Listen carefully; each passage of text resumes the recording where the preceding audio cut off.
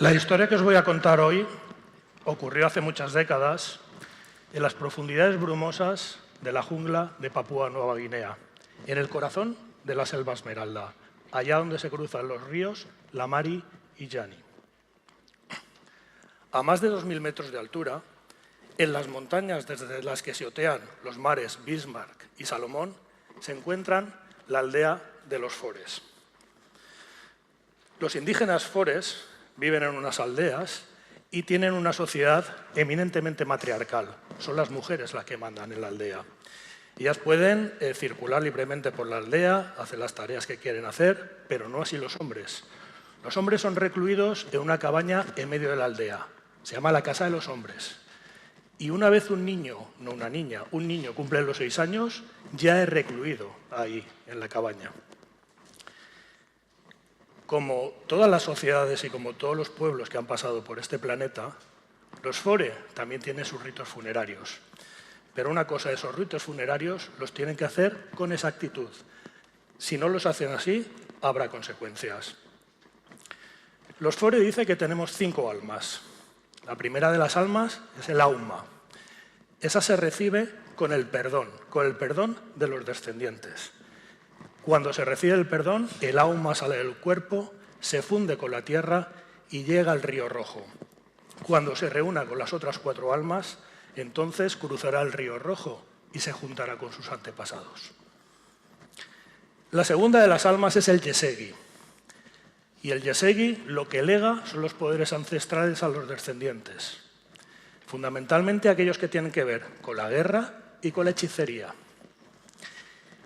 La tercera de las almas es el Aona, y lo que lega al hijo predilecto del fallecido son las habilidades del muerto. La cuarta de las almas es un alma maligna, se llama Cuela, y si los Fore no hacen bien los rituales, perseguirá a los descendientes y los atormentará. Hay una forma de que el Cuela no haga esto, y es cocinar el cuerpo del fallecido. El Cuela se fundirá con el humo y se perderá, y no atemorizará a sus descendientes. Y la última de las almas es el Ama, y el Ama está la carne de los fallecidos.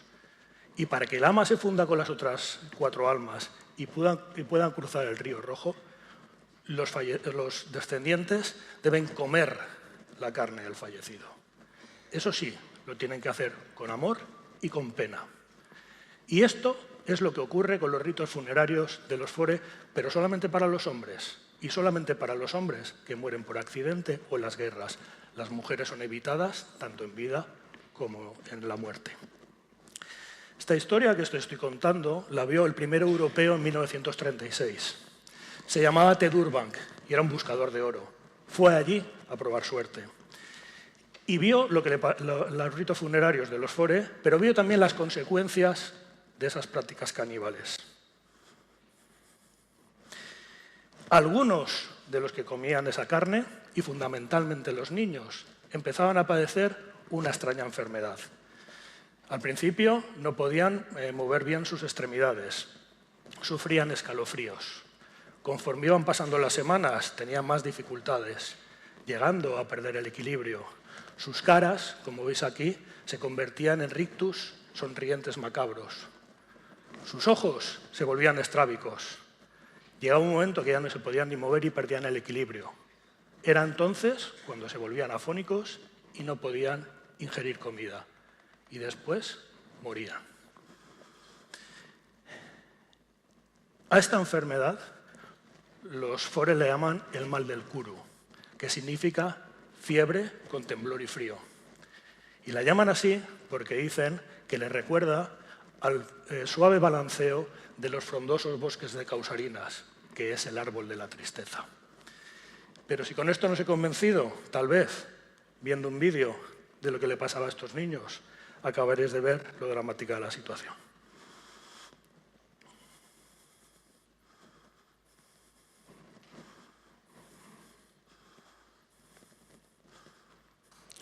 En 1956, un científico, un médico norteamericano que se llamaba Daniel Gajusek, lo veis aquí, es el segundo que está detrás con el sombrero y el bigote, fue a la isla de Papúa Nueva Guinea y vio lo que le pasaba a los caníbales Fore. Y desde el primer momento tuvo claro que era consecuencia de los ritos caníbales. Daniel Gajdiusek postuló que la enfermedad se causaba como consecuencia de comer los tejidos cerebrales de los fallecidos y que se propagaba por lo que él llamó un virus lento. Para demostrarlo, cogió tejidos de infectados y inoculó a 41 monos. 20 meses más tarde, 2 de esos monos tuvieron una enfermedad prácticamente idéntica a la que sufrían los caníbales. Un par de años más tarde,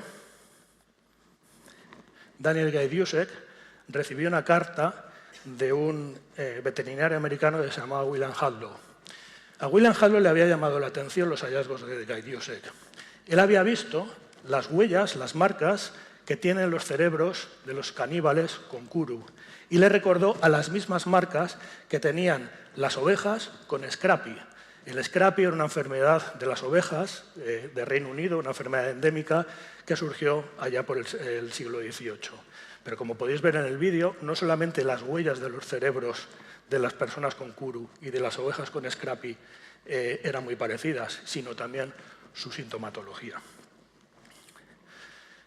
Daniel Gajdiusek, por todos estos descubrimientos, en 1976 recibió el Premio Nobel de Medicina o Fisiología. Habría un nuevo campo de investigación, habría una nueva área, identificaba un nuevo tipo de patógenos. Su hallazgo fue tan importante que hubieron otros 2 premios Nobel respecto a este descubrimiento. Este fue de Stanley Prusiner, también recibió, en este caso en 1997, el mismo premio Nobel de Medicina o Fisiología por identificar el agente causante de estas enfermedades, que él llamó prión. Y ya en la década de los 2000, en 2002, un químico suizo, Kurt Goodrich, recibió el premio Nobel, esta vez de química, por determinar la estructura molecular de los priones. Así que convendréis conmigo que la aportación a la ciencia de Daniel Gajdiusek fue muy importante. Daniel Gajdiusek, con sus investigaciones, identificó un nuevo tipo de patógenos. No solo eso, también fue capaz de describir un nuevo tipo de enfermedades que hoy conocemos como las enfermedades espongiformes. Aparte de eso, gracias a sus investigaciones, consiguió que se erradicara el kuru de la faz de la Tierra. Ya no existe el kuru. Sin lugar a dudas, su trabajo sirvió para que se hiciera desaparecer esa enfermedad de la lejana isla del Pacífico y de nuestro planeta. Y evitó el sufrimiento y la muerte de miles y miles de personas, la mayoría de ellos niños. Y aquí podría acabar mi historia, pero es que mi historia tiene un epílogo. Daniel Gajdiusek fue detenido en 1996 por el FBI en Frederick, en Maryland. Lo acusaban de haber abusado sexualmente de un niño que se había traído de la Micronesia y vivía con él. Unos meses más tarde, Daniel Gajdiusek reconoció su culpabilidad. Fue sentenciado a 19 meses de cárcel y murió en 2008. Y esta es la historia que os quería contar hoy. Muchas gracias.